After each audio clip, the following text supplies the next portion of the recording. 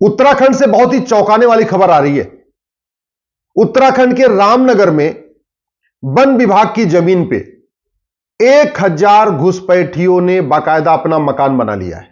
1000 परिवार, उसमें से 4000 ने तो वोटर लिस्ट बनवा लिया है। 4000 का वोटर आईडी में नाम भी जुड़ गया है। पहले वहां 1 आया, फिर 2 आए, फिर 3 आए, फिर 4 आए और अब 1000 परिवार आ गए। जो वन विभाग की जमीन पे कब्जा किया, उस पूरी कॉलोनी का नाम रख दिया रहमत नगर। वहां बिजली ले लिया, पानी ले लिया। बिजली कैसे लिया? घूस देके। पानी का कनेक्शन कैसे लिया? घूस देके। आधार बनवाया, घूस देके। राशन कार्ड बनवाया, घूस देके। बर्थ सर्टिफिकेट बनवा लिया, घूस देके। ड्राइविंग लाइसेंस बनवा लिया, घूस देके। बैंक में खाता खुलवा लिया, घूस देके। वोटर आईडी में नाम जुड़वा लिया, घूस देके। और अब बाकायदा वो रह रहे। और बड़ा एक उन्होंने और भी काम किया कि जब सारे डॉक्यूमेंट बन गए, वोटर आईडी में नाम जुड़ गया, तो उन्होंने अपनी जमीन को दूसरे घुसपैठियों को ट्रांसफर कर दिया 10 रुपए के स्टैंप पे, जिससे कल को कोई ये ना कहे कि भाई तुम आए कहां से। अब जिसको पुलिस पकड़ती, वो कहता जी ये जमीन तो हमने खरीदा था। किससे खरीदा था? वो दूसरे से। उसको पकड़ रहे, वो कह रहा जी हम जहां रहे हमने तो तीसरे से खरीदा। तो हुआ क्या? झुग्गी नंबर 1 वाले ने अपनी जमीन झुग्गी नंबर 2 वाले को 10 रुपए के स्टैंप पेपर पे दे दिया। झुग्गी नंबर 2 वाले ने झुग्गी नंबर 3 को दे दिया। झुग्गी नंबर 3 वाले ने झुग्गी नंबर 4 को दे दिया। इसका मतलब सारे के सारे रहने वाले सारे वहां घुसपैठी हैं, लेकिन उन्होंने तहसील में जाके दलालों को पकड़ा, 10-10 रुपए के स्टैंप पेपर पे अपनी झुग्गी दूसरे को बेच दिया। जब 2017 मैंने पीआईएल फाइल किया था, उस समय मैंने कहा था सुप्रीम कोर्ट में 5 करोड़ घुसपैठी आ चुके हैं। अब तो 2024 हो चुका है, अब तो ये 5.5 करोड़ हो चुके हैं। ऐसा कोई घुसपैठिया नहीं है जिसके 10 से कम बच्चे हैं। 15-15 बच्चे हैं घुसपैठियों के, 16-16 बच्चे हैं इनके। हर साल एक बच्चा पैदा हो रहा है। घुसपैठ हमारी राष्ट्रीय सुरक्षा के लिए खतरा है, लेकिन आज तक घुसपैठियों पे एनएसए लगाया ही नहीं जा रहा है। घुसपैठ हमारी देश की एकता अखंडता के लिए खतरा है, लेकिन घुसपैठियों पे यूएपीए लगाया ही नहीं जा रहा। घुसपैठ वेजिंग वॉर है, इनडायरेक्ट वॉर है, भारत पे कब्जा करने की एक साजिश है। उसके लिए हमारे पास एक कानून है, सेक्शन 121, उसको वेजिंग वॉर कहते हैं इंडियन पिनल कोड में, लेकिन किसी भी घुसपैठिए पे वेजिंग वॉर की धारा नहीं लगाई जा रही है।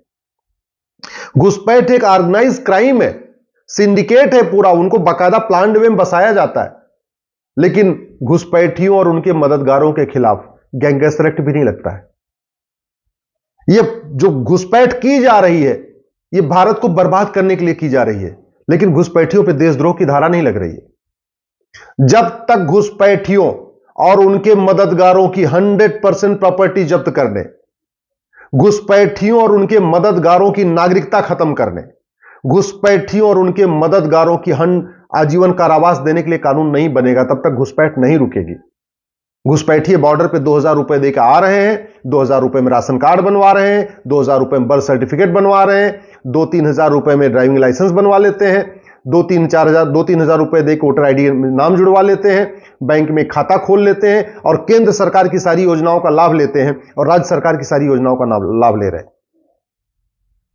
भ्रष्टाचार हमारे लिए कितना बड़ा खतरा, इसका भी एग्जाम्पल आप खुद देख लीजिए। जितने घुसपैठी आए हैं, ये सब भ्रष्टाचार की पैदाइश है।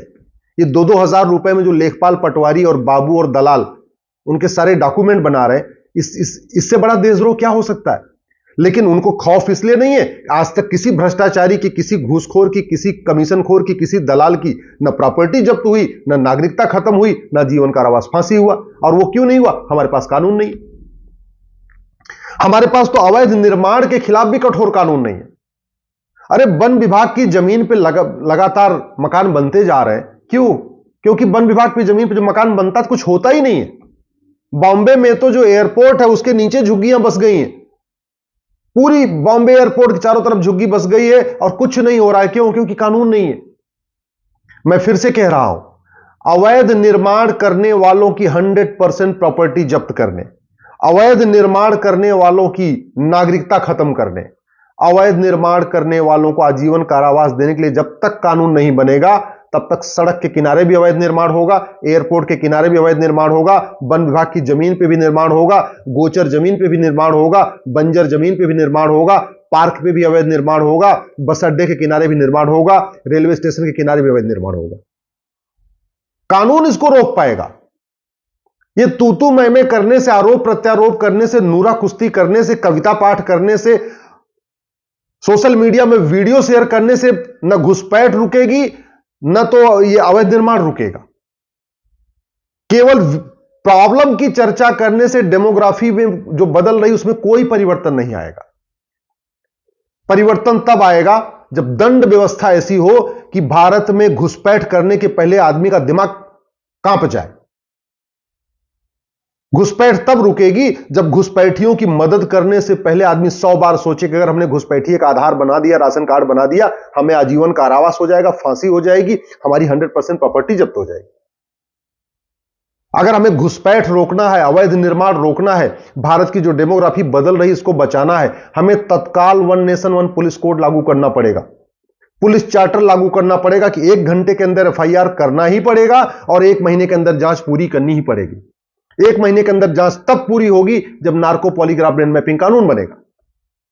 ये जितने 1000 परिवार वहां पे कब्जा करके बैठे हैं, जिन्होंने रामनगर में रहमत नगर बसा दिया है, 10 घुसपैठियों को पकड़िए, उनका नार्को टेस्ट करिए, पॉलीग्राफ करिए, ब्रेन मैपिंग करिए, वो पूरा बता देंगे कि कौन उनको लाया, कौन उनकी मदद किया, किसने राशन कार्ड बनाया, किसने वोटर आईडी बनाया, किसने बर्थ सर्टिफिकेट बनाया, किसने किसने बसाया, सब बता देंगे वो। कौन कौन नेता उनका पनाहगार है, कौन कौन नेताओं ने उनकी मदद किया, सबका नाम ले लेंगे। लेकिन नार्को पॉलीग्राफ ब्रेन मैपिंग कानून बनाना पड़ेगा। अगर आपको घुसपैठ रोकनी है, अवैध निर्माण रोकना है, जो डेमोग्राफी बदल रही है इसको रोकना है, तत्काल भारत में जुडिशियल चार्टर लागू करना पड़ेगा। जजों की अकाउंटेबिलिटी फिक्स करनी पड़ेगी। कोई एडजमेंट नहीं, कोई तारीख पे तारीख नहीं, साल भर के अंदर मुकदमे का फैसला।